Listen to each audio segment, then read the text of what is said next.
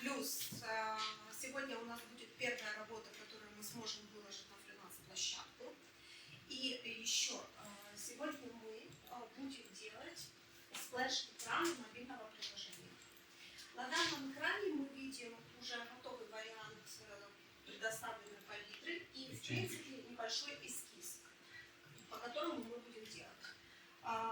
Но в данном варианте я вам облегчила работу, чтобы вы сейчас не занимались поиском, что мы будем делать, какой вариант мы будем делать, какую палитру мы будем выбирать, да, и так далее, где у нас будут якорные объекты стоять.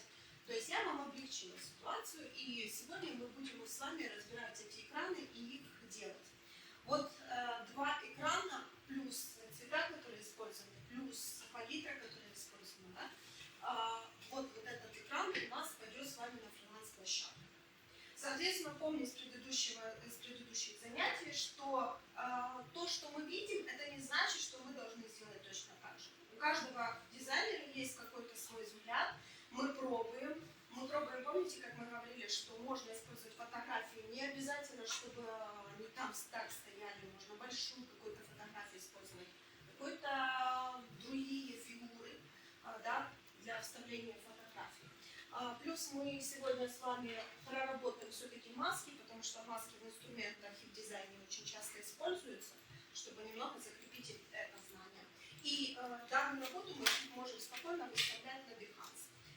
Если будут какие-то предпочтения заменить, поставить сюда, может быть, свайп в другую сторону, поставить его посередине или добавить кнопки и так далее, то есть это все приветствуется. Сегодня будем над этим работать. И еще с этой стороны я вам хотела показать, да, то есть в принципе тема одна и та же самая, якорный объект у нас сверху, текст, который нас призывает к какому-то действию, и у нас самое активное это кнопка, которая заставляет нас нажать. Вот. То есть эти экраны это то, что мы с вами обсуждали. Выбрана цветовая палитра, не больше 4 цветов.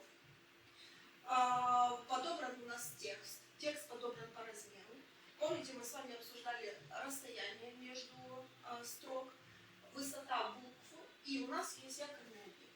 Ну, в данном случае якорный объект визуализирует спортивные действия, вот, поэтому со спортом будем сегодня так работать. Возможно, вы захотите вместо такого якорного объекта поставить какого-то бегущего спортсмена в какой-то фигуре или еще чего-то. Итак, начинаем. Так как мы еще не работали, давайте я вам покажу изначально, будем двигаться вместе. Запускаем фигму, и у вас сразу открывается вот такое вот окно. Помним, да, что с этой стороны у нас это те проекты, которые были открыты. Вверху у нас можно создать новый файл, импортировать и так далее. Если я переключу вкладку, это все вообще сохраненные проекты, когда открывались когда-либо там на протяжении года, сейчас они прокрутятся. Вот. Комьюнити, это я вам говорила, что там можно искать плагины, можно искать иконки, можно искать все что угодно в помощь себе в работе. Фаворит файлы, это файлы, которые мне нужны быстро под рукой, чтобы не искать в поиске. Ну и, соответственно, внизу это проекты, в которых работаю не одна я, а несколько человек. Поэтому это тоже нужно иметь под рукой. И, в принципе, фигма с этим справляется. Итак, нажимаем на New File. У всех открылось?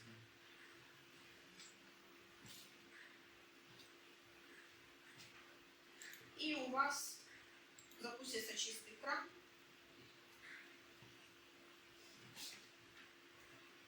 Я сейчас просто перекинусь на экран, где у нас клиент. Теперь вверху меняем название. Двойным щелчком на название посередине.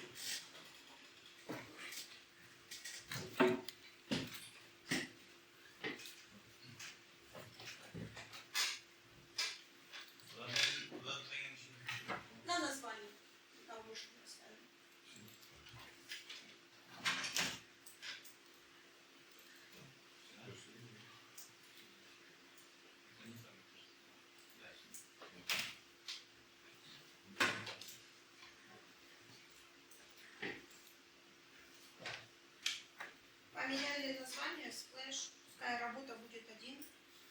чтобы вы быстро могли найти в своей папке, когда она у вас подрастет. Когда вы сделаете большое количество дизайнов, вам легко будет посмотреть на свою первую работу.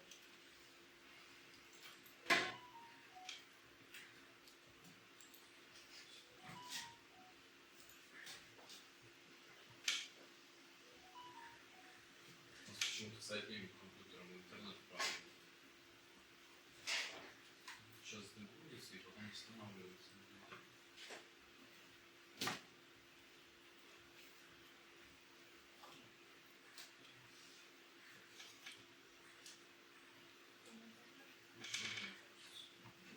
Получилось?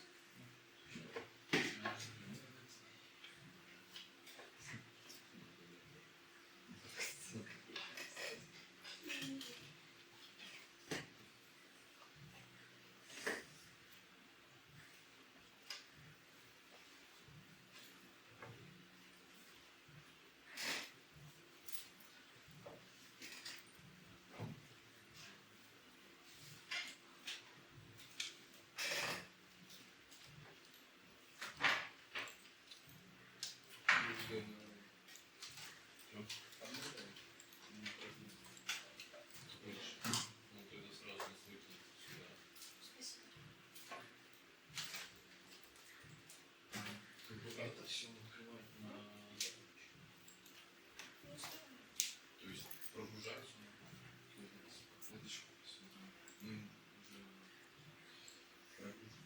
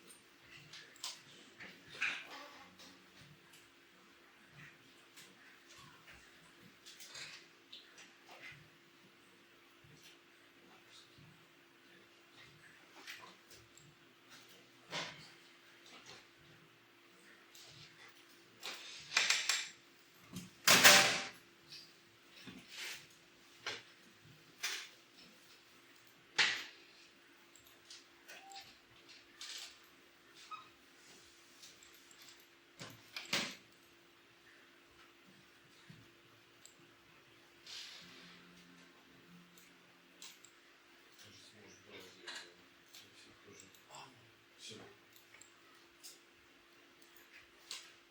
Все.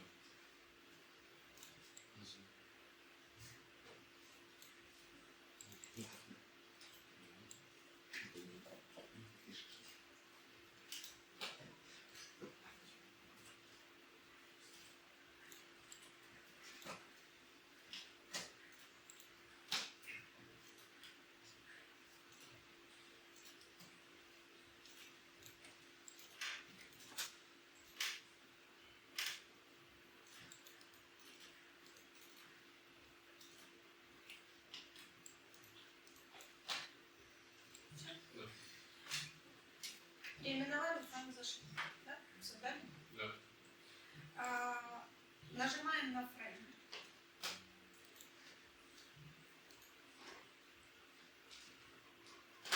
Выбираем раздел телефона.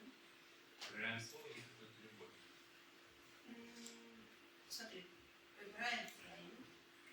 Раздел телефоны. Свой мы не можем задать, потому что приверстка потом у нас все поплывет. Соответственно, берем из предложенных вариантов.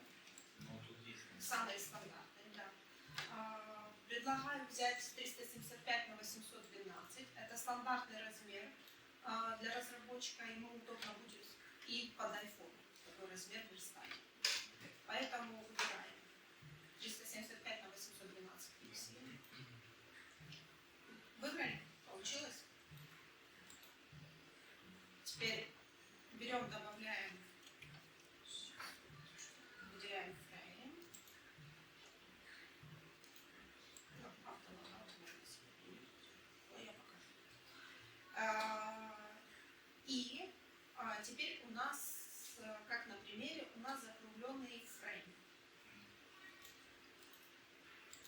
верхней части закругляем к 30. Это стандартная цифра по закруглению фрейма. Еще могут 60 ставить, но в любом случае так верстаться все равно не будет. Это делается для просто красоты на выставке на картинки. Поэтому ставим 30, делаем реальный экран.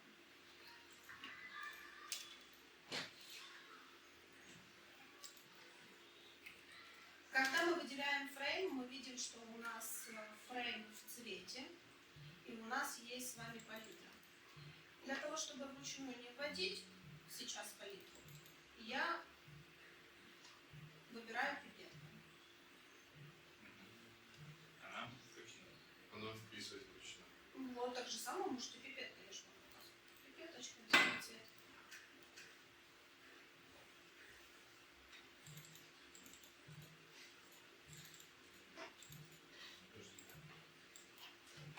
А обязательно прям черный? Нет. Мы полны своих каких-то идей. Мы их реализуем.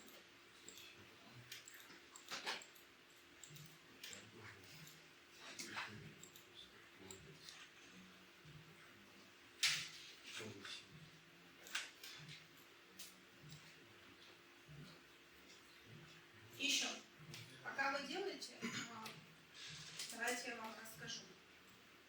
Значит, на сегодня у нас с вами предоставлена палитра и предоставлен пример.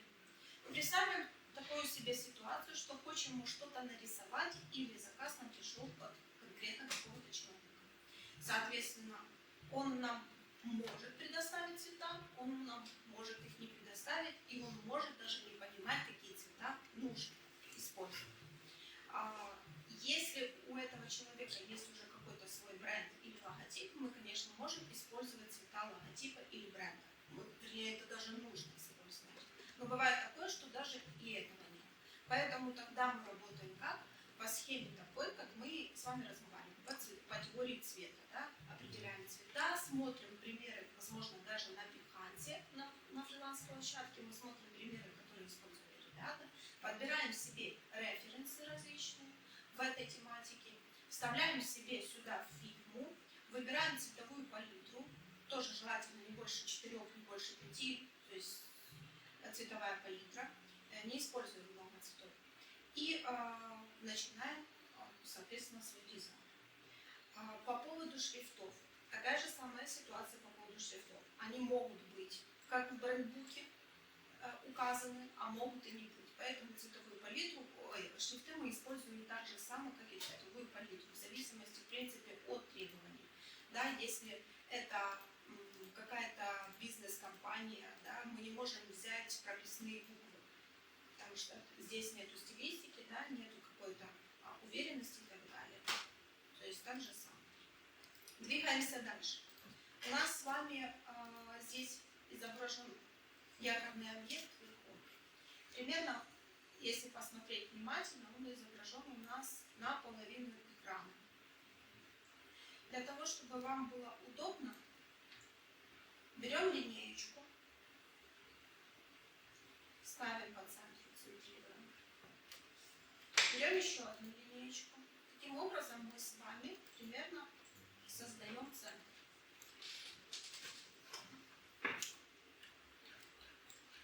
Вопрос, если линейки нету? Если линейки нету, вспоминаем меню, которое я показывала. Там, где линейка есть, меню, файл, меню. И руло должно быть. Сейчас. Здесь. Там, где 73%, стрелка вверх, и внизу там галочка.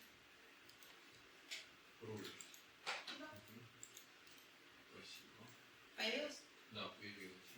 Вот то, что я говорила в прошлый раз, что бывает такое, что или мы что-то нажали, или не все меню отобразилось. Слава богу, в фильме достаточно, найти очень просто.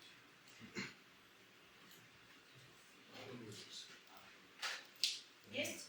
Да. Получилось найти? Это хорошо.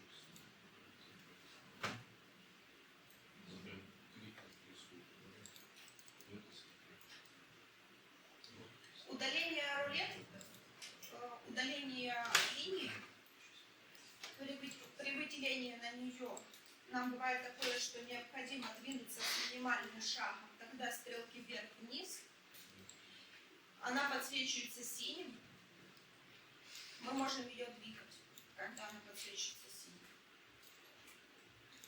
Или просто удалить.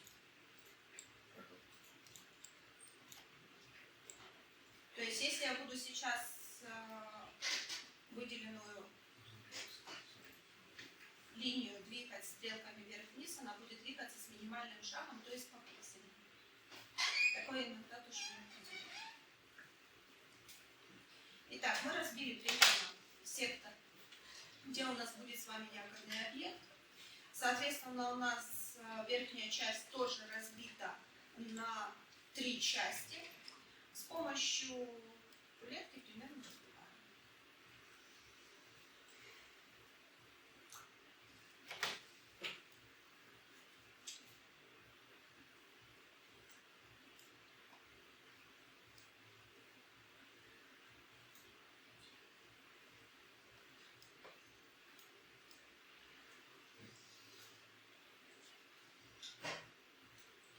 Еще хочу показать вам по поводу рулетки.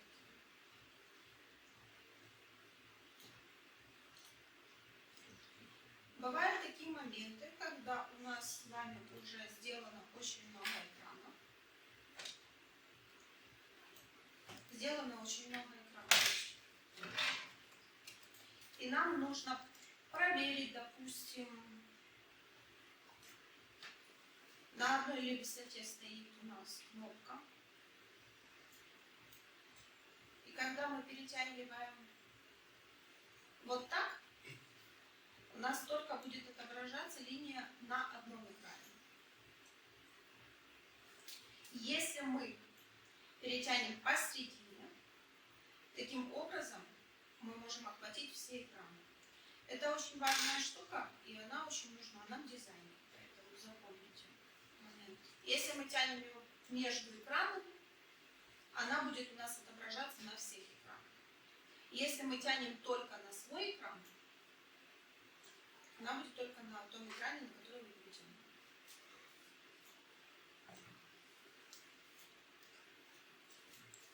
Движемся дальше. Мы разбили с вами примерно область якорного объекта. Теперь у нас с вами есть фигуры. Соответственно, визуально, помните, как мы учили по концепции, что визуально они нам вроде бы как бы кажутся разного размера. Да, но средний он явно больше. Но если мы проверим, средний такой же самой ширины, как и 2 верхних. Поэтому на эти моменты очень нужно внимательно обращать. Да? Для чего это? Потому что в целом сложена концепция с якорного объекта, с картинок и с фигурок. Поэтому средний у нас такой же самой ширины, как верхние и нижние 2 объекта. Давайте сделаем сначала его. Берем прямоугольник.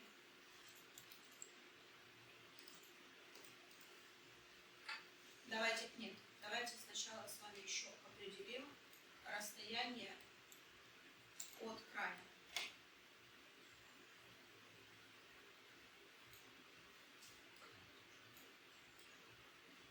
Берем линии наши, выставляем от края, потом мы подправим с вами, когда у нас будет уже объект.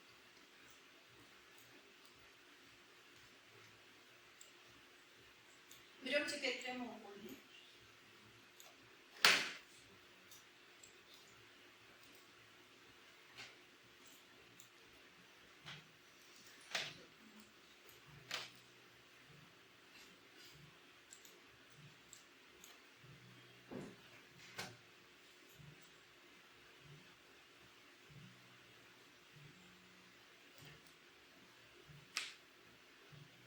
Рисуем от одной стороны прямоугольник другой. Пока он у нас может быть просто любым цветом, для того, чтобы нам было понятно. И видно на черном фоне, например, у меня, не знаю, какой вы сделали фон. Двойным щелчком на объект. У нас появляется векторный объект. У нас появляются точки, с помощью которых мы можем управлять объектом. Соответственно, в данном у нас прямоугольнике у нас, в принципе, основных 4 точки. Но если мы будем приближать, точки будут увеличиваться. Вспоминаем инструмент, о котором я говорила на прошлом занятии. Бывает такое, что нам нужно добавить точки. Мы тогда выбираем, ставим на линию, мы добавили точку с вами. Прорисовали еще одну линию и так далее. То есть, когда мы выделили, и у нас появились вместо квадратика вот круги, тогда мы можем управлять этими точками и управлять гранями объекта. Теперь нажимаем на верхний угол, именно на точку. Она у нас должна подсветиться синим. Вам, наверное, будет плохо сейчас видно, но она подсвечается синим, немножко больше становится. Теперь смотрим в правое меню, свойства объекта. Это сюда. И выставляем градус закругления.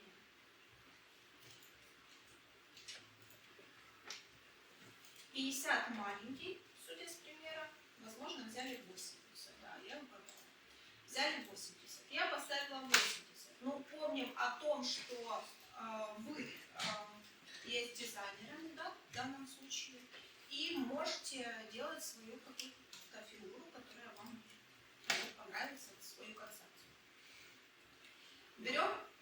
Я беру еще одну точку, выделяю ее, она у меня подсветилась синим, ставлю 80.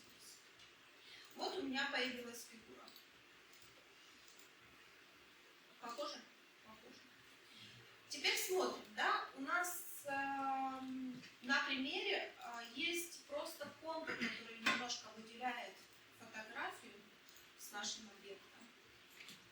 Для того, чтобы заново не рисовать, я беру наш объект, нажимаю Ctrl-C, Ctrl-V, и у меня появляется еще один. Или же смотрим еще более легче вариант, который очень быстрый, потому что сейчас у нас с вами достаточно времени для работы, но если большая работа, нам нужно как можно быстрее делать манипуляции с нашим дизайном, чтобы рисовать. Нажимаем, у вас это Alt, нажимаем на объект. У вас появляется два курсора. Появляется? Да. И перетягиваем в сторону.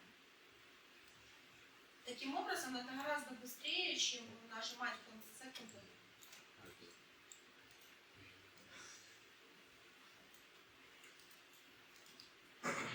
Перетянули в сторону. Теперь выделяю объект, который я перетянула. Захожу в меню свойства объекта. У нас с вами есть fill – это заполненность нашего объекта. Stroke – это контуры нашего объекта. Если я нажму на stroke «Добавить» на плюсе, у меня появится контур. Мы видим все единичку. Единичка – это пиксель, ширина нашего контура. Мы можем делать ширину различных размеров. Просто вводим цифры. Или, как я в прошлый раз показывала, стрелку вправо или стрелку влево. Но у данного контура есть еще свойства. Контур может быть оцентрован, контур может быть ближе к левой или к правой стороне объекта. В данном случае у нас он оцентрован, поэтому я ставлю по центру, как на примере. Ставлю контур единица. Пока... Что там? То есть, когда мы это делаем, задерживаем Alt и передвигаем структуру, то у нас передвигается вот как бы яркой картинки. А вы на этом и делаете? Вся картинка? Да, да. Правая клавиша. Выделите все объекты. Правая клавиша. Правая клавиша. Вызывается у вас меню. Да. Ищите антигруппу.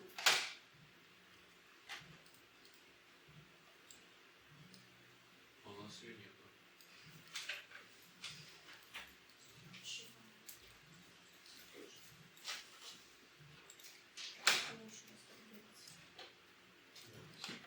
Вот она.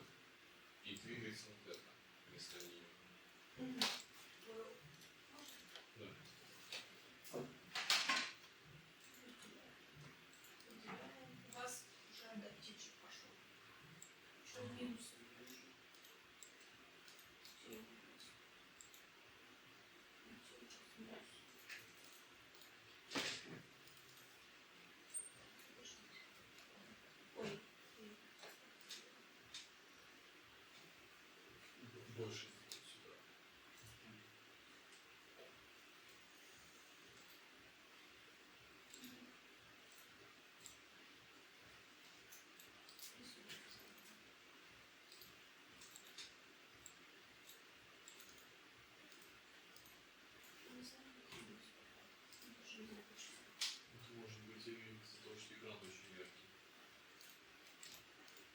потому что у нас некоторые вещи там не были видны.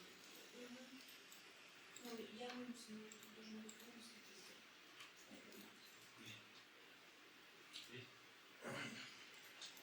Ты где вектор?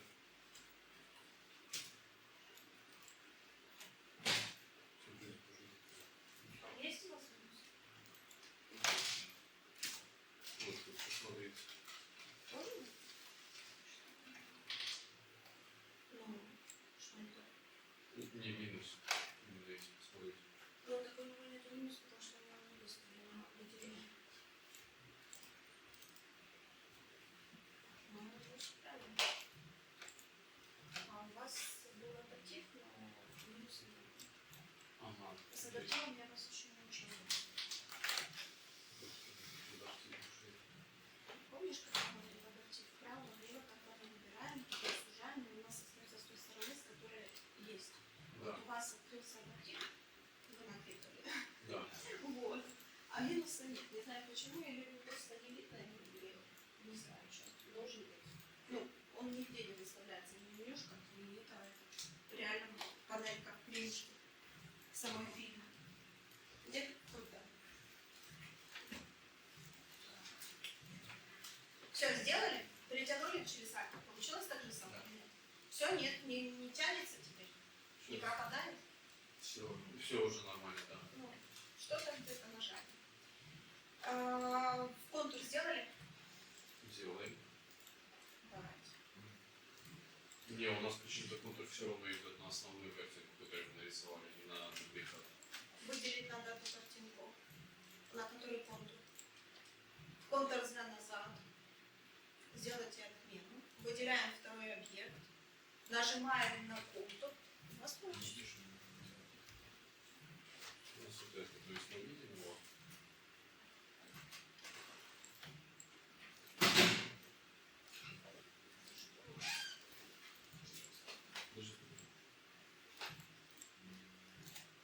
И он как второй лейер появляется тоже.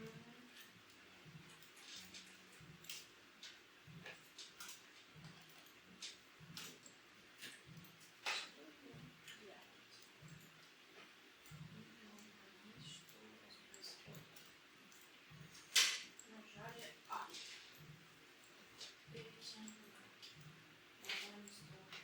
Что у вас не так? Я не могу понять, что вы кликаете. Мы изначально сделали вот это, да? У нас свидетель нравится.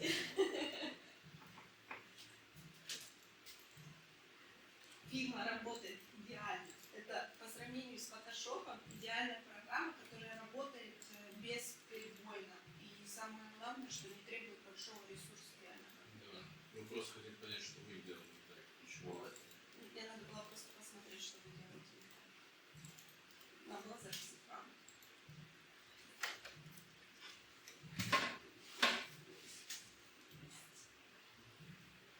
Вы сильно подсветилась в смысле. Есть. Отлично. Все, нам потом в следующий раз покажите, я же не буду. Нажимаете вдвоем 4 руки. Хорошо.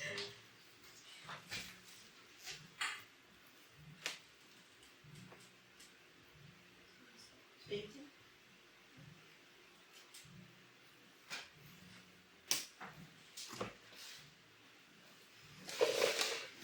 Сейчас будет.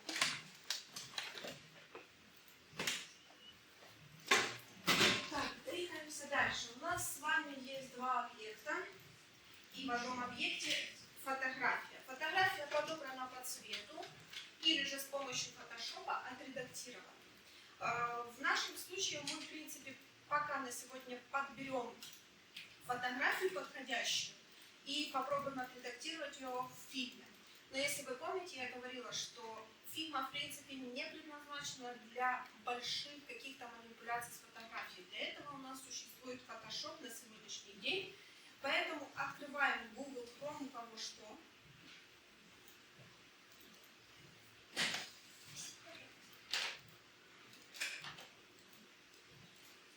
И гуглим фотографию. Это один из вариантов. Второй вариант. Сейчас я вам скажу сайты, на которых мы берем фотографии.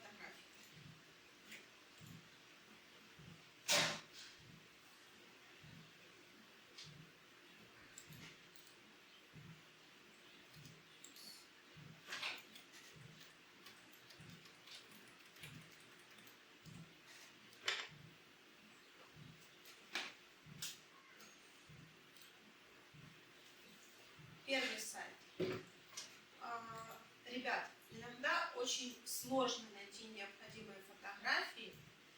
Зачастую очень хорошие фотографии бывают платные. Поэтому те сайты, которые я вам покажу, это сайты, собраны с моей уже колоссальным опытом работы.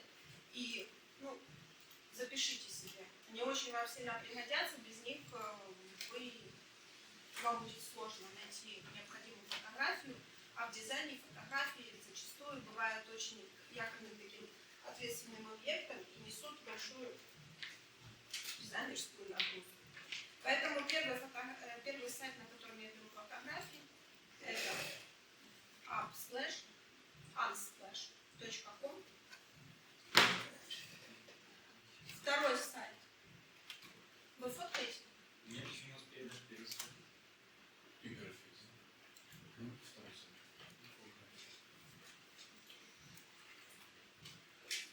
Можно сказать, я делюсь с вами частичкой опыта.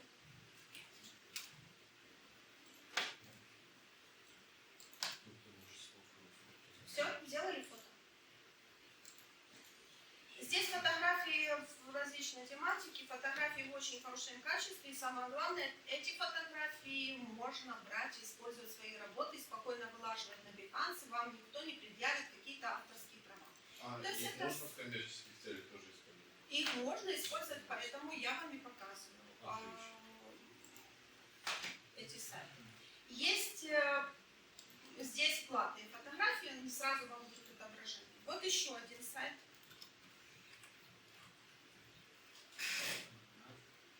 Когда станете дизайнером, будете пользоваться ими, передадите мне привет. Обязательно. Так, теперь перенести тогда фотографии, получается. Ну, тогда вот зашли на сайт, выбрали фотографию. Подожди, давайте запишем сайты. Вы какой-то один открыли? Сайт. Все открыли. Еще один. Dreams Night.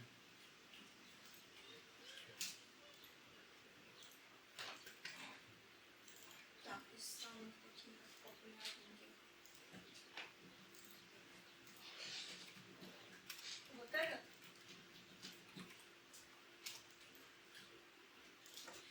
Итак, давайте определимся на каком-то уже сайте. Что мы делаем? Мы заходим на сайт, вбиваем, в данном случае я вбиваю спорт, потому что у нас спортивный пример. Нажимаю на поиск, вижу огроменную коллекцию фотографий и стараюсь подобрать под нашу тематику и под наш стиль дизайна.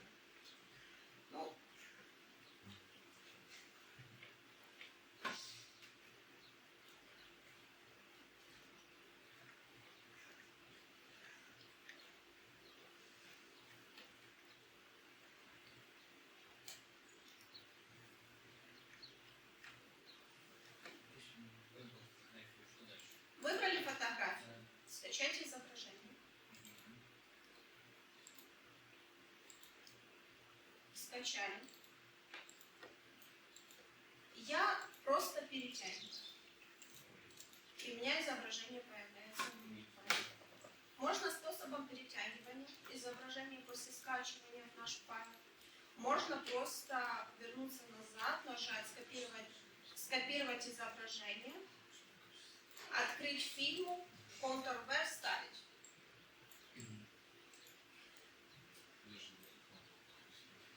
Или просто перетягиванием, или просто вставлянием, как кому угодно.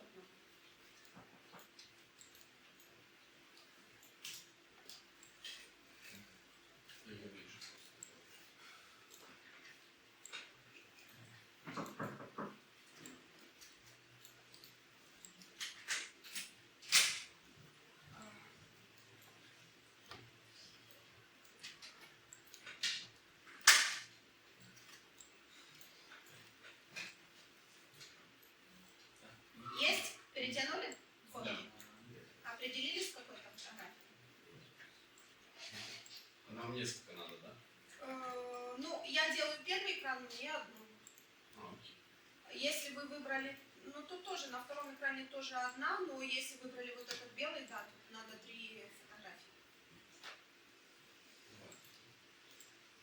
Но если вы выбрали вот этот экран белый, обратите внимание, что здесь стоят не фотографии, здесь стоят вырезанные люди, а фон фигур они добавляли самостоятельно. То есть в данном случае мы здесь делаем градиентом фон, вырезаем наши объекты и вставляем через маску. Сейчас я покажу, как работает маска. И вы таким же самым... Вот смотрите, ребят. Вот здесь как сделано? Они взяли объект, нажали на цвет, потом нажали на стрелку. Посмотрите, у нас при нажатии на стрелку выскакивается solid, это значит один цвет. Вот цвет, который я вам говорила, без тональности, без ничего. Если мы нажимаем градиент, у нас появляется 2 кубика. В верхнем это полноценный цвет, в нижнем это к нулю.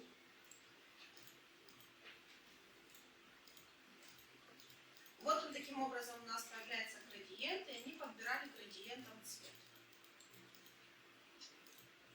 Потом они брали человека и вставляли через маску. Не просто фото. Хотя вот я смотрю, вот здесь есть стена, скорее всего, здесь вот вставлена фотка. Но здесь однозначно вставлена через градиент.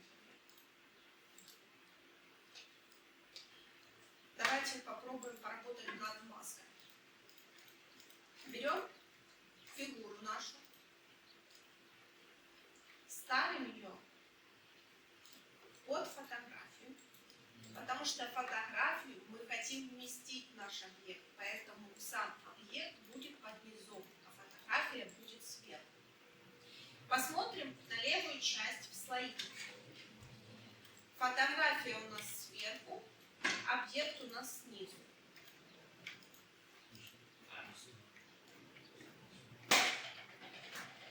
Смотрим слои. Теперь посмотрите на мои слои, я выделила. Смотрите, у меня на данный момент неправильно. В слоях находят слои разделены один с другим. Что я делаю? Просто перетягиваю под фотографию. Через Shift зажимаю фотографию и объект. Захожу в верхнюю панельку меню, где у нас кружочек наполовину закрашен. Нажимаем на этот кружочек, и у нас фотография появляется в объекте. Это называется маска.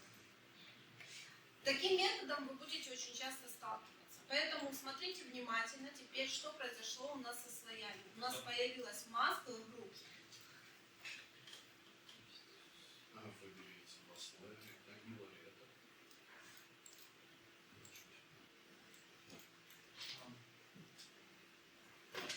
Все, у нас есть с вами маска в группе. Бывает такое, что нужно заменить фотографию. Это не значит, что мы должны удалять маску. Теперь смотрите внимательно. Я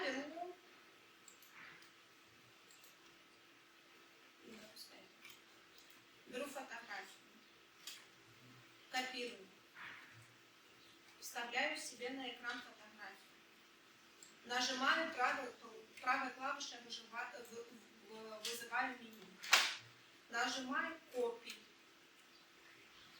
копирую это изображение, ищу свою маску, выбираю объект фотографии, вызываю правое меню и нажимаю «Вставить». И таким образом у меня фотография заменилась на другую. Бывает такое, что вы делаете. Вот решили, вы посмотрели на фотографии, решили, что эта фотография вам очень сильно подходит к вашему дизайну, но вы вставили и понимаете, что что-то идет не так, и вам нужно ее заменить. Для этого быстрыми действиями мы просто заменяем таким образом фотографию. Для этого не нужно удалять маску и заново делать все манипуляции с объектом и создавать заново объект. Если мне не нравится, нажимаю Ctrl-C. Теперь у меня, соответственно, при создании маски в объект немного не влезла фотография. я навожу на угол и начинаю двигать фотографию, фотография начинает у меня двигаться. Но двигаться, заметьте, непропорционально. Таким образом, мы теряем качество фотографии, изображений и так далее. Если я нажимаю на угол, при этом нажимаю Shift, у меня пропорционально движется фотография. И таким образом я ее вставляю в наш объект.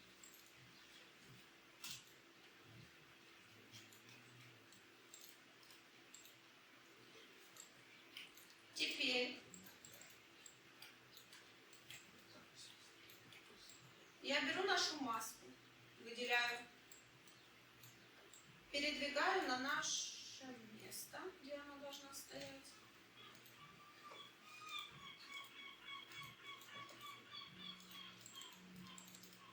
Выбираю тот второй объект, который мы копировали. Налаживаю сверху. Нажимаю глазик, это значит, что у меня фон временно закрыт. Если я нажму минус, я, значит, удалила фон. Для того, чтобы назад его вернуть, мне нужно обратно нажать плюс, нажать на цвет и заменить я могу фон. Да?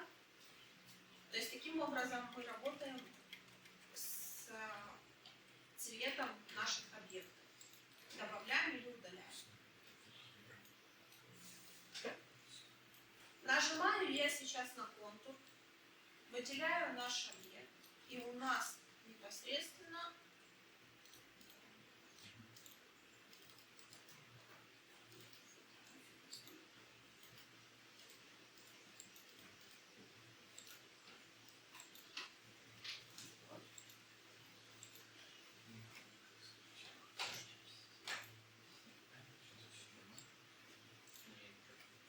А и группировать еще надо?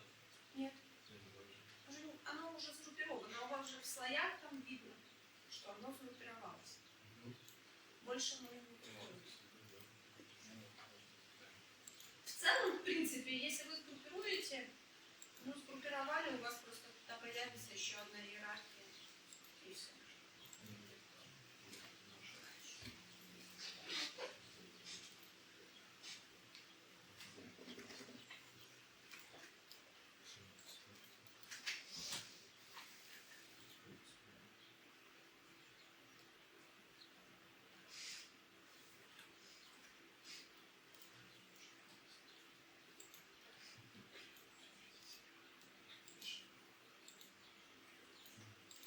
Теперь работаем с цветом линии.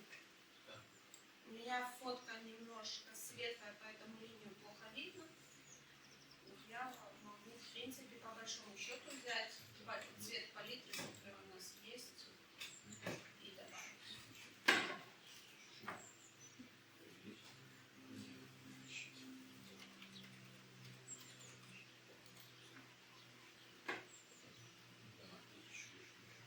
А как сделать это,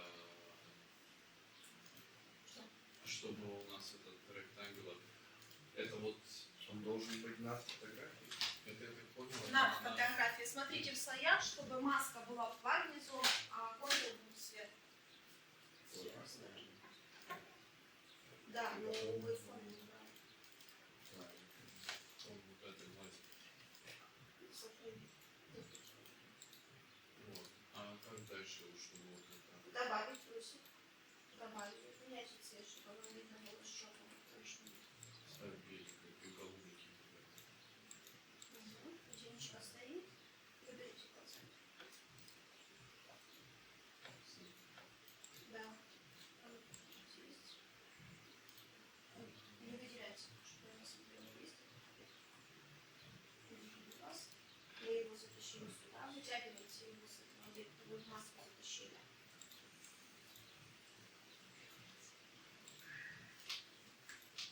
И он Нет, не маской.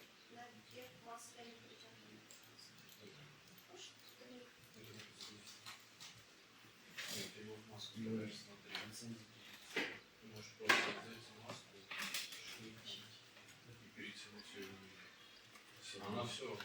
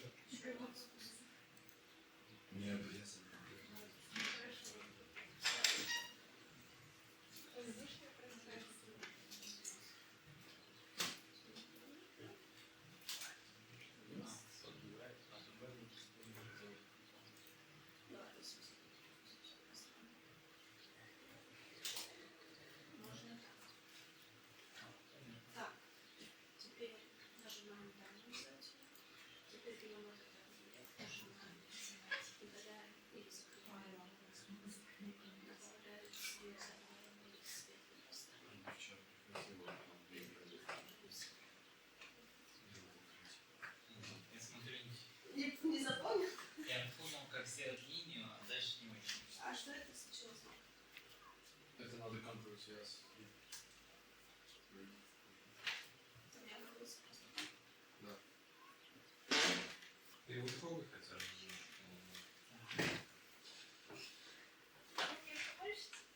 Да. Берем. Берем. Да. Фотографии совмещаются. Состояние центральное. Вот. Фотографии есть, да? Корпус сверху. Снизу. Так, выделяем через шип, нажимаем на маску. И у нас теперь для того, чтобы нам подкорректировать, мы через шип отправляем наши фотографии и двигаем, и она просто находится в объекте. Если вот так вот, я знаю, да.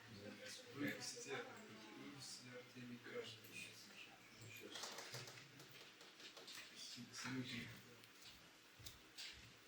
Так, двигаемся дальше. Есть еще такая штука, судя с того, что у вас получилось. Я вам покажу, как еще можно. У нас с вами есть объект. Хорошо? Чуть больше увеличить, чтобы вам видно. Смотрите, у нас есть с вами объект. И нам нужно вставить фотографию в этот объект. Берем фотографию, копируем, нажимаем на объект, вызываем правое меню, нажимаем «Вставить», и у нас вставляется фотография.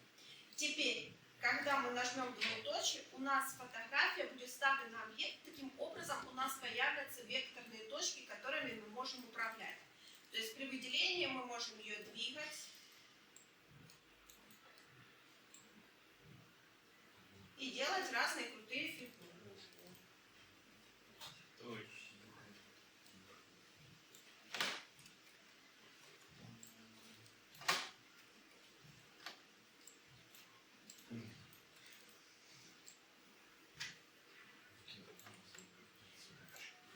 Таким образом у нас происходит манипуляция с фотографиями. Ну и теперь смотрите, ребят, внимательно. Вот у меня фрейм. Для того, чтобы мне понимать, правильно я делаю или неправильно я делаю, и смотрите, все время, когда я вам показывала, я экран то ли приближала, то ли отдаляла. Таким образом, вот здесь в правом меню у меня всегда меняется наш масштаб. И помните, когда я вам говорила, что очень важно смотреть при масштабе на 100, потому что это реально гарантия того, что то, что мы будем видеть на телефоне, да, мы будем не вот так смотреть, потому что мы не понимаем, как объект будет отображаться. Нам нужно 100. Но я советую на эти цифры не смотреть, потому что в работе очень сложно постоянно контролировать эту цифру. Выделить фрейм, нажать на просмотр. Фрейм выделяется по названию. Он у вас синим ободком, когда вы наводите, он выделится. Сейчас загрузится.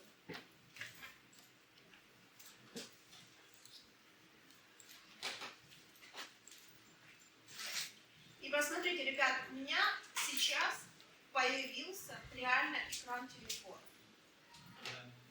Появился у вас? Вот эту картинку я буду вот таких масштабов, вот с такими отступами видеть у себя на телефоне. Поэтому, когда делаете какую-либо работу, всегда держите вторую вкладку на просмотр. Для того, чтобы понимать, правильный ли размер шрифта, правильный ли отступ, и не вылазит у нас что-то, и действительно у нас хватает экрана для отображения, нет ли у нас там прокрутки дополнительные. И так далее. Теперь я возвращаюсь в рабочую зону. И у нас с вами остались еще вот фигуры. Верхнюю фигуру я буду делать с квадратом.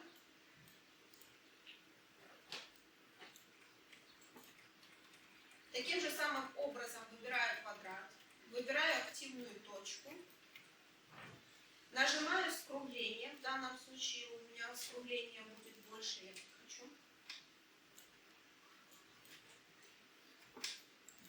Выбираю цвет.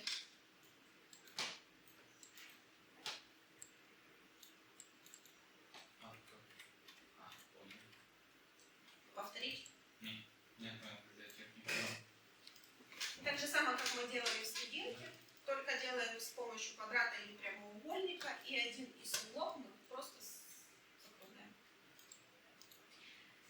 Теперь смотрите, я поместила свой объект прямо по линиям, мы за них не выходим и так далее. Но линии мы выставляли с вами примерно на глаз, соответственно, у нас где-то, возможно, неправильное расстояние. Поэтому смотрим, выделяя объект. Получилось, если сделать верхним видом? Выделяем объект. Наводим на фрейм. Зажимаем Alt. И у вас должна появиться вот такая линейка с размерами. К этой линейке вы будете ежесекундно обращаться, когда делаете дизайн. Поэтому запомните, как это делается. Ну что у нас? Еще 30 минут.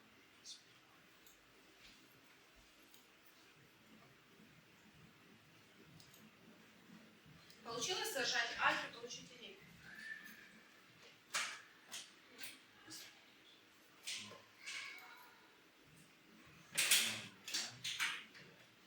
Выделили объект, подвели к фрейму, нажали Alt, при этом держим, Да.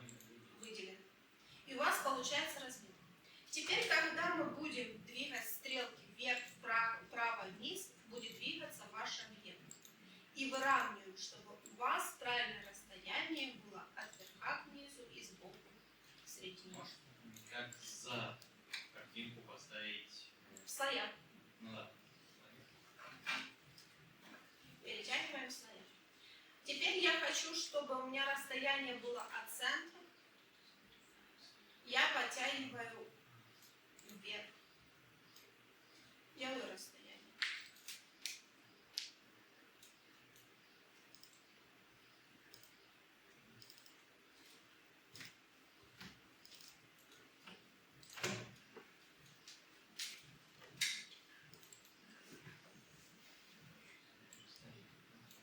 Получилось у вас?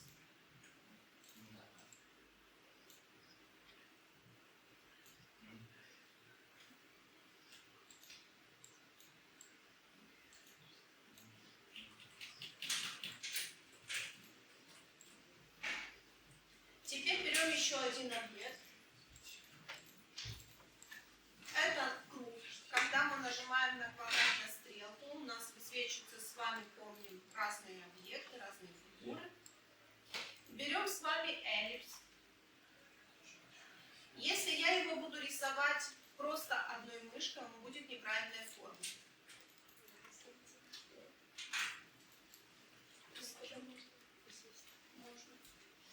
Он будет неправильной формы. Если я беру эллипс, зажимаю Shift и через Shift тяну, у меня круг правильной формы. Обратите внимание, почему он правильной формы. Вот размер 134 на 134. В правом меню по свойствам. Если я вручную поменяю, смотрите внимательно, посмотрите по меню. Если я вручную поменяю одно из свойств круга, у меня автоматически поменяется его полностью пропорция. Таким образом, мы можем или так через Shift, или с помощью цифр в свойствах. Беру наш эллипс, ставлю в наш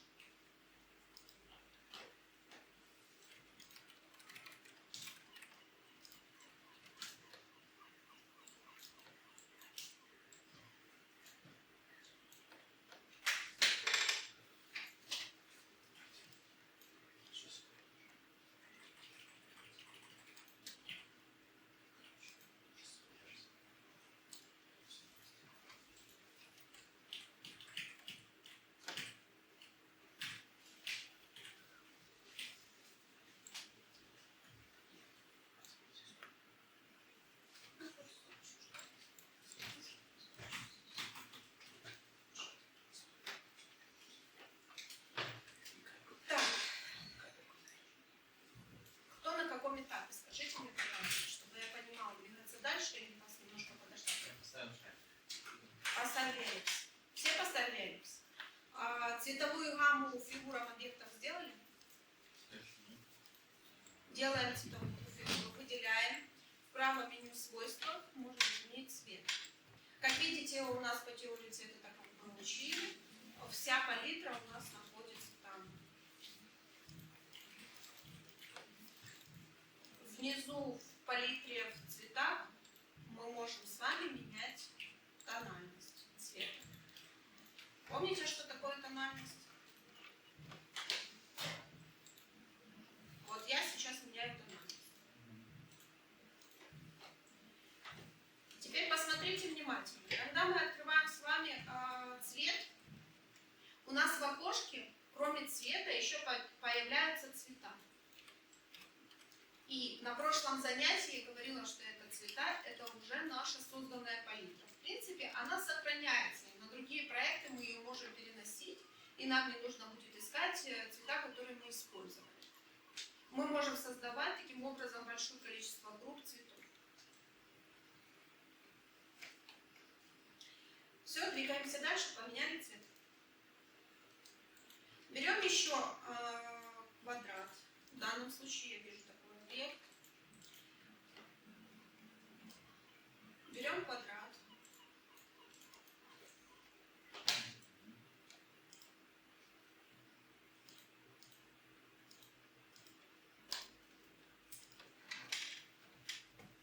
Выделяем двойным кликом. Берем заточки. И теперь посмотрите внимательно, как еще можно.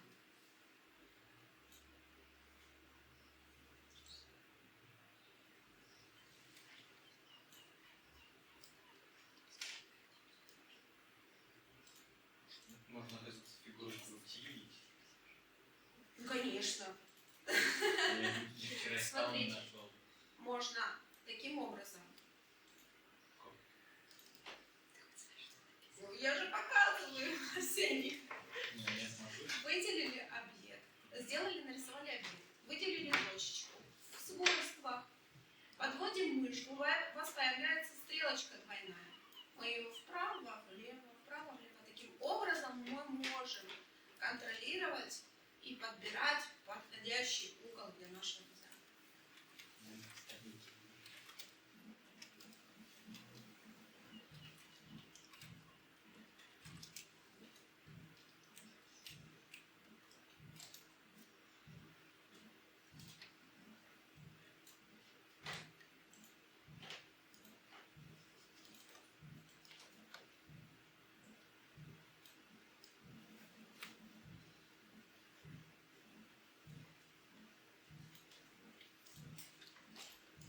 Помощь кому-то нужна?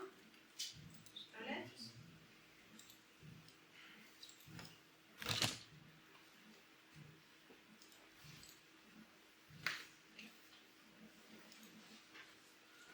Закрашиваем.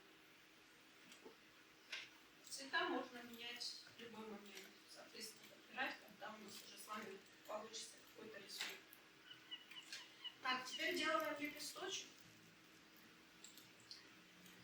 Берем так же самый прямоугольник.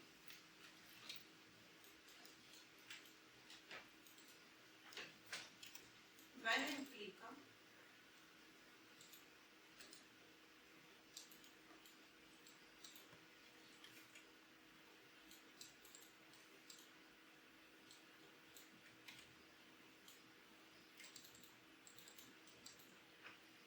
Сейчас я сделаю другим цветом, чтобы нам было.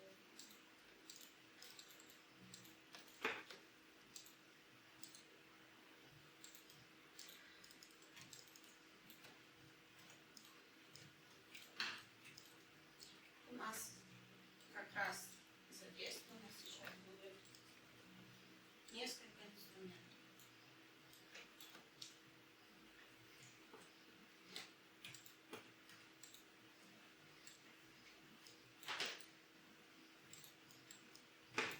Кто на каком этапе?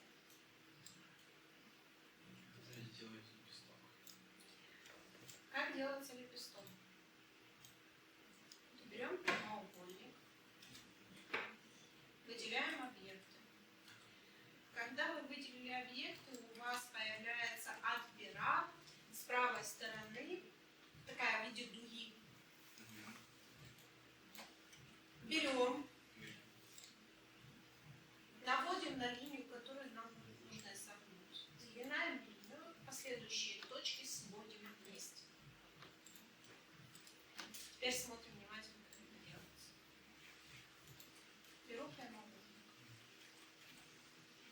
Нажимаем двойным кликом. Беру другую. Навожу на сторону. Отодвигаю. Сохраняю. Двойным нажатием. Вызываю меню точек. Свожу. Сохраняю. Двойным нажатием. В принципе, можно было сохранять. Сразу другую взять. И выдвигаю другую.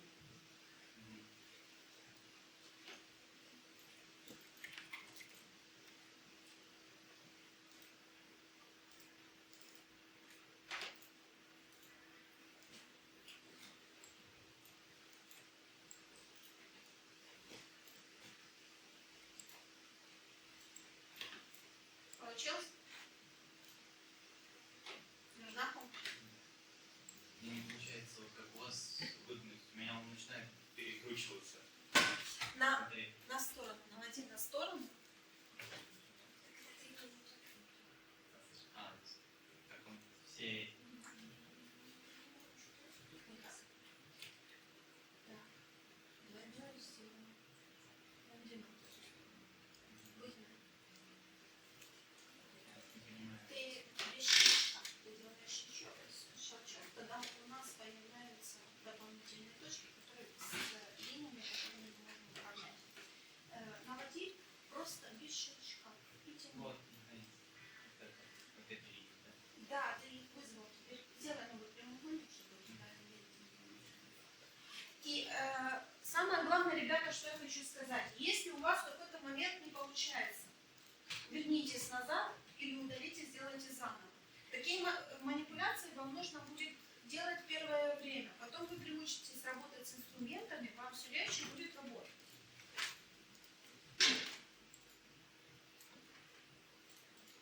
Получилось, Алексей? Да. Так, я делаю изогнутую часть, потом мы отрезаем. Нет. Потом мы берем крайние точки и сдвигаем к верхней части точки. Одну точку наставляем на другую точку. Таким образом мы соединяем линии. Понял.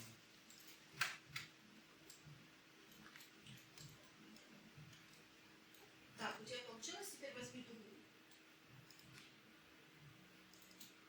Белочечка. Взял. И выдвинул. Все у тебя получилось. Да. Но так как вы брали примерно на глаз прямоугольник, у вас лепесточки, они, соответственно, немного неправильным размером. Поэтому через shift постарайтесь поставить правильным размером. Плюс, посмотрите, пожалуйста, мы с вами вначале говорили о том, что у нас верхние объекты примерно такие самые, как центральный объект по ширине. Посмотрите, каким размером у вас верхний объект, садите в свойства. У вас там будут цифры. Вот, например, как у меня, да? Вот у меня есть свойства, есть цифры. Я вижу, что этот объект 404 пикселя. Захожу в свой лепесток, смотрю его размеры.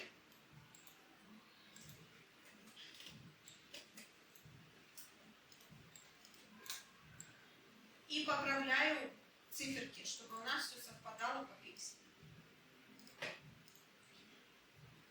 И не забываем, ребята, контролировать через Alt при выделении фрейма.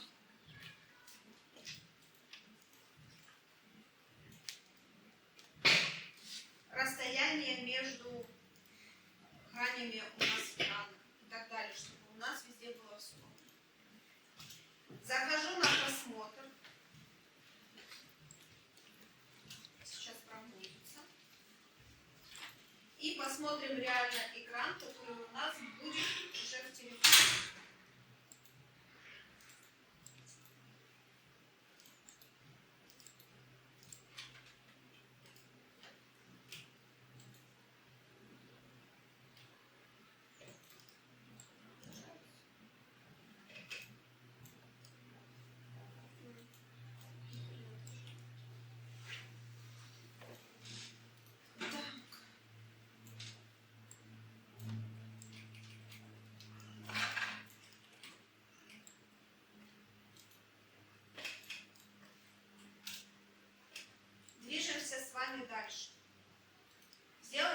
листочек, по цветам поправили, по размерам проверили, на экране посмотрели результат. Все нравится.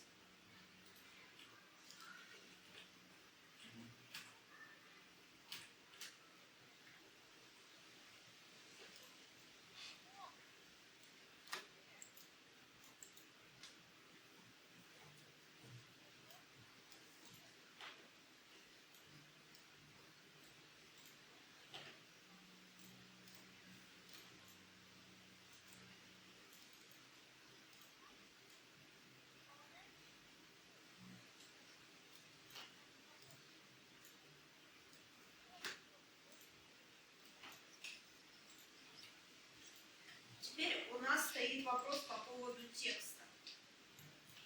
Выбираем в меню текст, ставим текст в наше поле. У нас с вами появился контейнер для текста.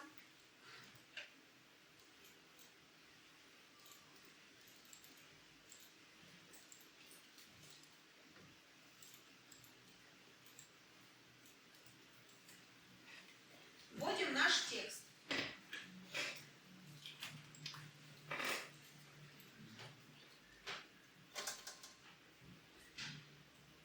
Если плохо видно текст, ребят, скопируйте просто с интернета текст.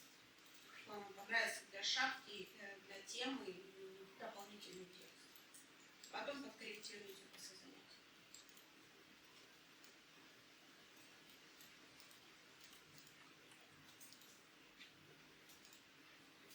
Вот я набрала текст. Соответственно, он у меня очень маленьким размером, 12 пикселей.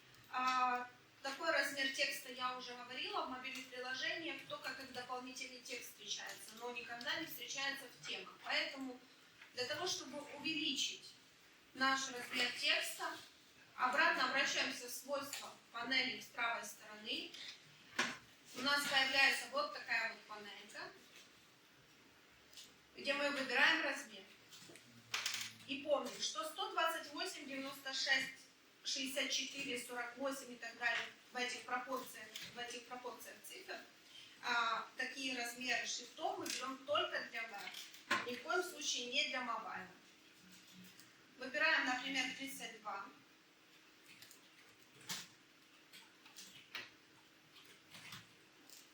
Соответственно, нажимаем на просмотр. Интернета нет, у вас не будет.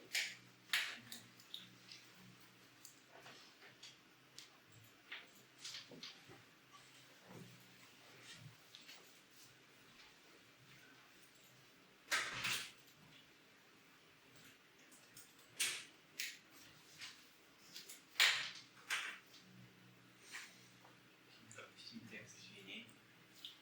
Его и сделали большим, все как надо. Сделали большим.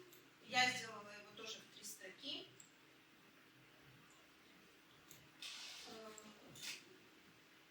Сделала так. Теперь, судя с примера, шрифт, который у меня Inter стоит, он немного не подходит, и мне его нужно заменить. Каким образом? Выделяем текст, нажимаем правой клавишей, выходим в меню, и у нас такая, как я и говорила, очень-очень большая коллекция шрифтов. Но эта коллекция шрифтов у меня, потому что у меня станционарная стоит фигма, у вас, соответственно, те шрифты, которые потянуты от Google. Вот, если помните, в прошлом занятии я говорила, в чем и разница, да, между веб и, соответственно, установленной программой. Поэтому выбираем подходящие шрифты с панельки, которая у нас есть.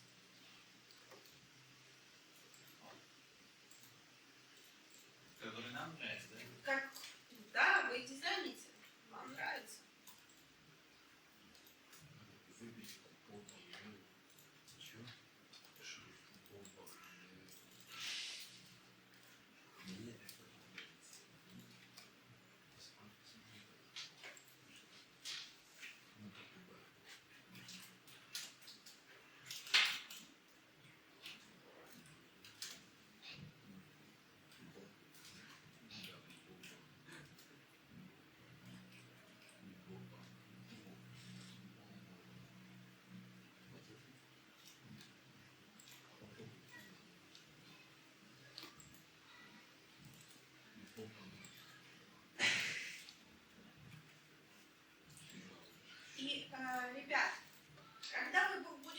добавлять шрифт, вы реально заметите, что расстояние между букв, ширина строки и так далее, она будет у вас меняться автоматически в зависимости от шрифта, который вы будете выбирать. Это мы с вами обсуждали, поэтому будьте внимательны. От этого и зависит размер текста, который мы выбрали. Иногда при некоторых шрифтах нужно увеличить текст или наоборот уменьшить. Поэтому будьте с этим внимательны. У меня интернета нет, поэтому все висит. По поводу текста определились, добавляем маленький текст. Если помните формулу, которую я вам давала, если у нас 32 пикселя стоит заглавный, но у нас никак не может быть под текст быть 10 пикселей. Соответственно, это будет где-то 22-24 пикселя. И обратно-таки, тема всегда должна быть ярче, больше, чтобы была понятна человеку. Вспоминаем, как мы человека призываем с помощью заглавных строк, поэтому обращайте на это внимание.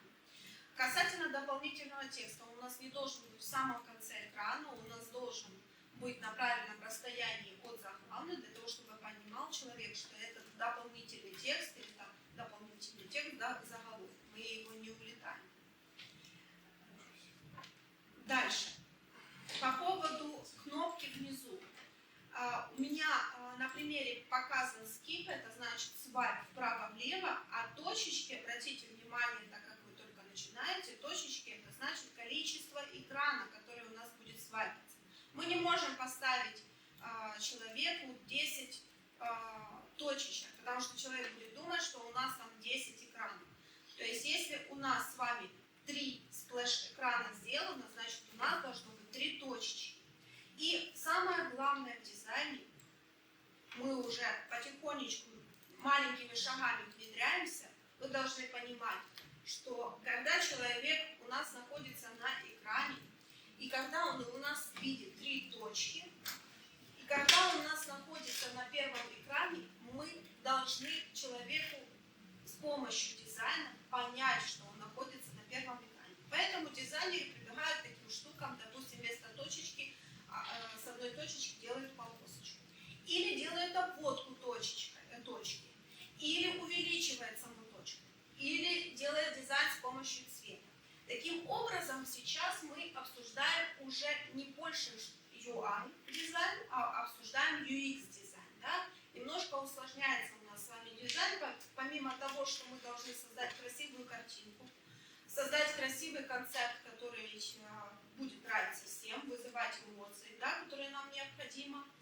Плюс, помимо того, что мы должны подобрать нужную палитру, которая будет вызывать правильные эмоции, и помимо того, что мы должны заставить с помощью своего дизайна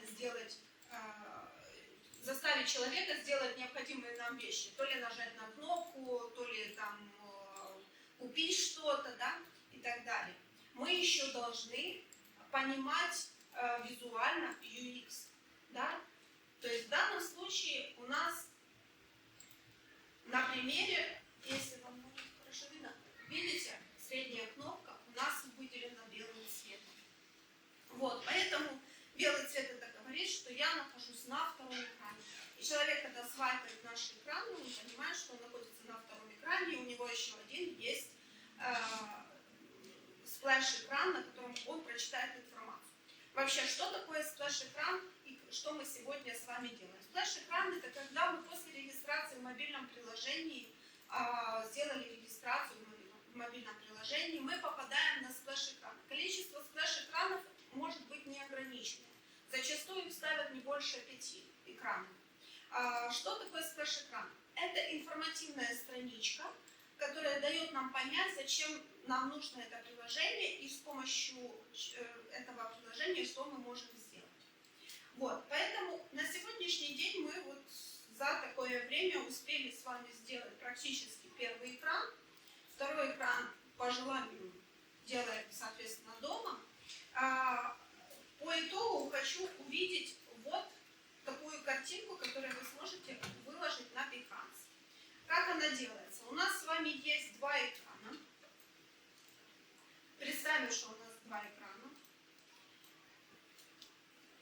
два экрана, берем фрейм.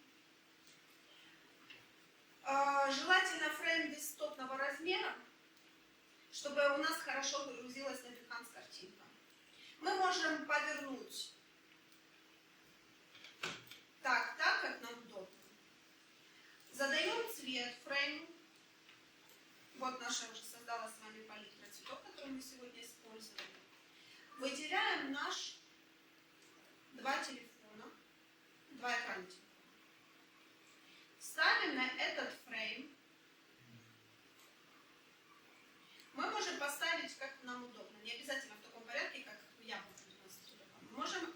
Мы можем один из фреймов, там, допустим, повернуть, да, наложить друг на друга. Или же добавить эффект, который мы сегодня не коснулись, но в следующий раз, я думаю, мы обязательно коснемся. Добавить эффект теней, что один экран реально лежит на втором экране.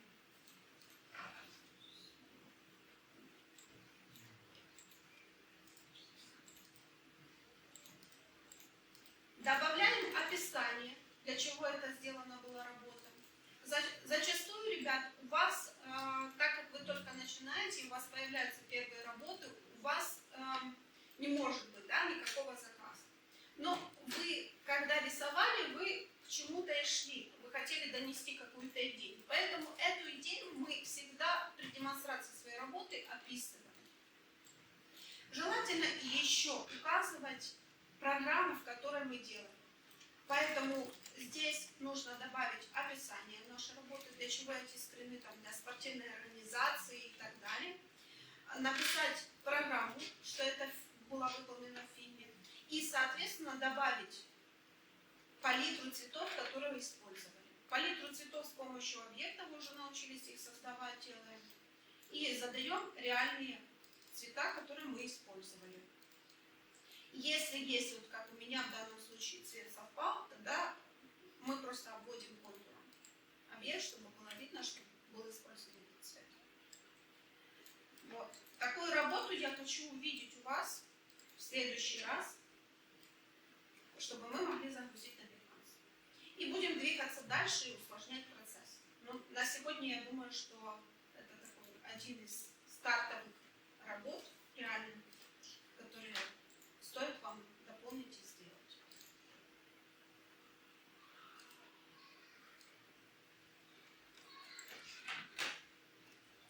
Нужна кому-то помощь? Кто на каком этапе? Я на последнем этапе, там есть где-то такое, не получается.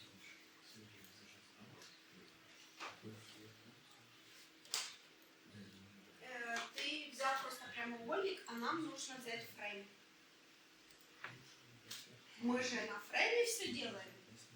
Прямоугольник у тебя сейчас лежит просто в пространстве. Ну да. Ну вот. Фрейм. Берем фрейм, желательно брать, Арсений, размера компьютера. Тогда у нас проблем с загрузкой не будет определенных файлов.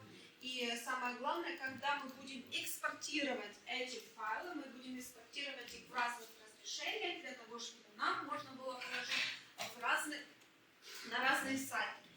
У нас будет это на сайт Behance. Соответственно, если будут различные разрешения, мы сможем положить себе и на страничку социальной сети, да, что это ваша работа. Таким образом, вы сможете себя демонстрировать. Так, с компьютера как будешь? Что? Для вот фрейма и для компьютера как он подбирается? Я просто вижу только сейчас Еще раз напоминаю, выбрал фрейм, с правой стороны у нас меню, там дашборд, раскрываем дашборд, у тебя большое количество будет градаций разрешений экранов на компьютер, ты выбираешь один, добавляешь, вставляешь экранчики, поворачиваешь.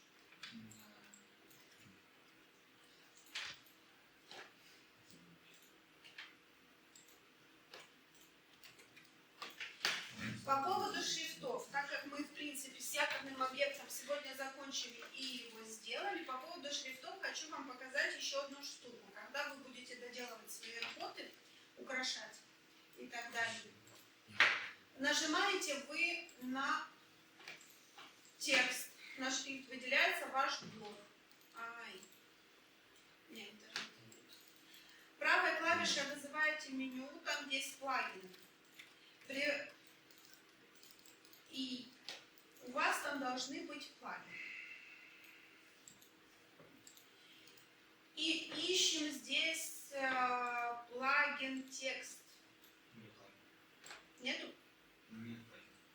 Хорошо. Тогда в верхнем меню вот здесь у тебя должен быть плагин. Пишешь текст. Пиши текст. Ага, нет. Идем туда, куда я вам говорила. Вкладка. Компоненты, плагины. Пиши. У вас Вот, да, не переключилась. У меня интернета просто нет. Отключился интернет по максимуму. У меня это как его аккумулятор сил просто. Смотрю. Да ладно, всё. я так, вы как раз методом тыкаете, у нас поставила. Мы же все равно закачиваем. И ищите плагин. Пока...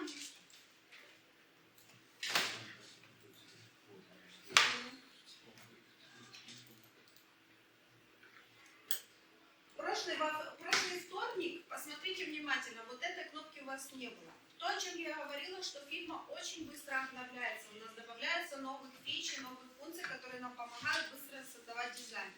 Появилась такая функция в Figma, когда мы заходим не только через дом меню и можем скачивать себе плагин, а он у нас непосредственно сейчас вынесен как дополнительной кнопкой быстрого доступа.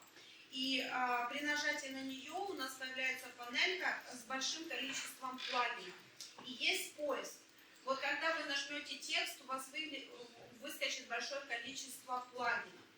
При загрузке себе этого плагина у вас может быть сразу плагин, который будет демонстрировать сразу текст, выбранный вами. Потому что в фильме, когда мы для того, чтобы посмотреть, как этот будет текст отображаться, нам нужно выделить текст, нажать, а потом обратно возвращаться в меню. Таким образом, плагины нам ускорят работу с текстом, и вы быстро сможете подобрать нужный себе шрифт.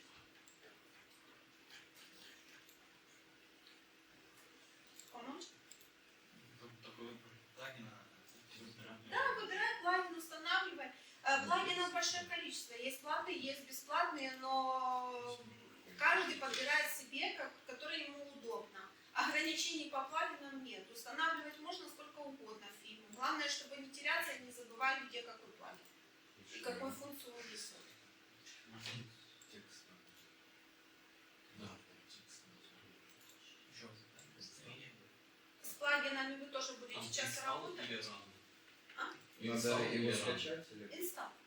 Окей. Просто он предлагает ран сразу нажать. Ну, нажимайте ран. В принципе, тоже можно. Да, он быстро Плагин у нас устанавливает. называется. Текст набрали, и он называется текст стайл. Так. А где наш этот скачанный? Вот. Скачанный плагин может быть вверху, вам не нужно будет искать. Он будет вот здесь, под этой кнопкой.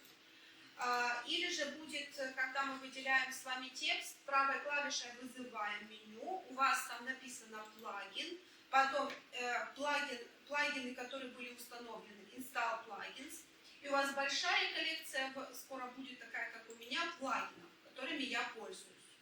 Это большущая коллекция плагинов, которыми вы будете постоянно обращаться. Это дополнительный функционал в фильме, и при хороших дизайнах вы всегда будете бегать в эту панель. А вот мы скачали один плагин, не до конца понимаю, как его эксплуатировать. Ну, возможно, и я, потому что их большое количество, сейчас разберемся. Выделяем текст. Двойным щелчком на текст. Правой клавишей вызываем. Плагин. Install плагин. Вот. Нажимаем на него. Подожди, он сейчас загрузится. Так, что у нас тут? Текст стиль. А ну нажми на пустоту. Вот. Теперь у тебя, видишь, есть реально отображены размеры. Ну, тут время, что нам показывает. Большое количество. Поэтому поисковая строка там нет? Введи свой текст. Поверни свой текст. Ну, ладно, введи какой-то другой текст.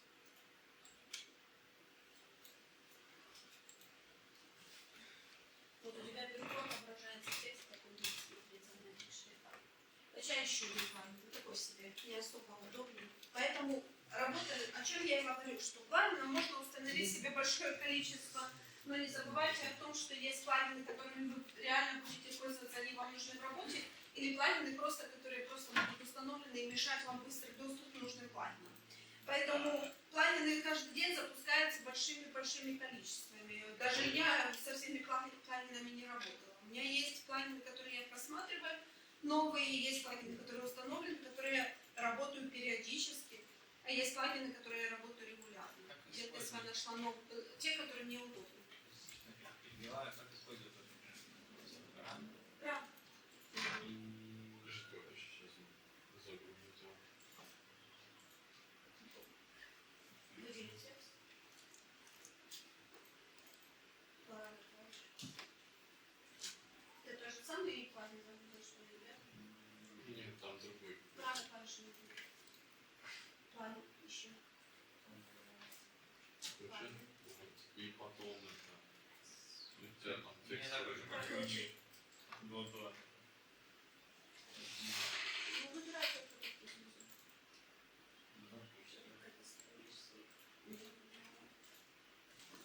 Не грузит? Ничего? Еще. Открывай.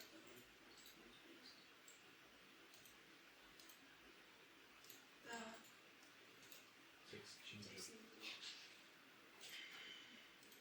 Это же работа с текстом, соответственно, плагин должен смотреть под текст. По поводу плагинов смотрим, как они работают. Там есть, кстати, если мы вернемся, давайте я вам еще по поводу плагинов покажу, как правильно. Если мы вернемся в домик, еще одно меню, которое я вам говорила, и перейдем со своего аккаунта в country, переходим в country, нажимаем на домик, переходим со своего аккаунта в country. Да, интернет еще не появился, да?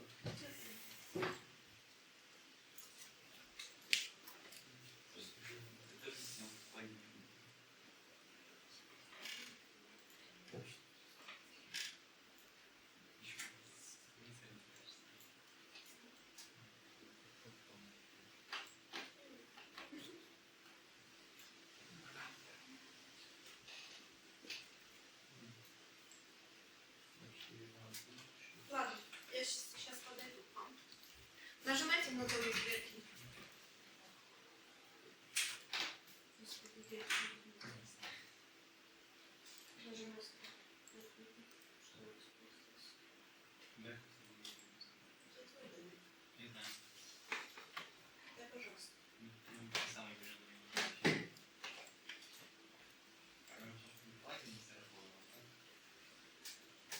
Переходим сюда со своего аккаунта. У нас вот здесь есть плагинс.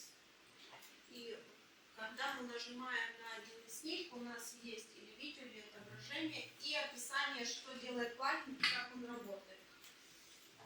Естественно, все на английском, конечно, не учите английский. Естественно, все на английском, поэтому надо учить на английский.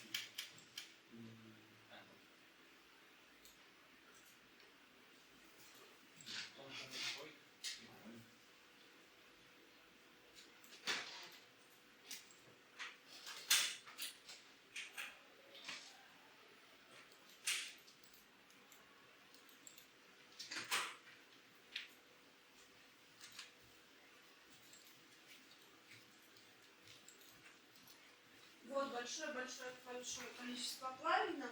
Вы сразу сможете устанавливать. И здесь есть описание. И есть описание, что делает этот плагин, стоит ли его устанавливать. Плагинов большое количество. Они делают все, что можно с фотографиями делать. Еще хотела вам показать, что когда мы наводим на фотографию, когда мы ее выделяем, у вас с правой стороны в меню есть свойства фотографии, вернись. Я покажу. Да. Выделяем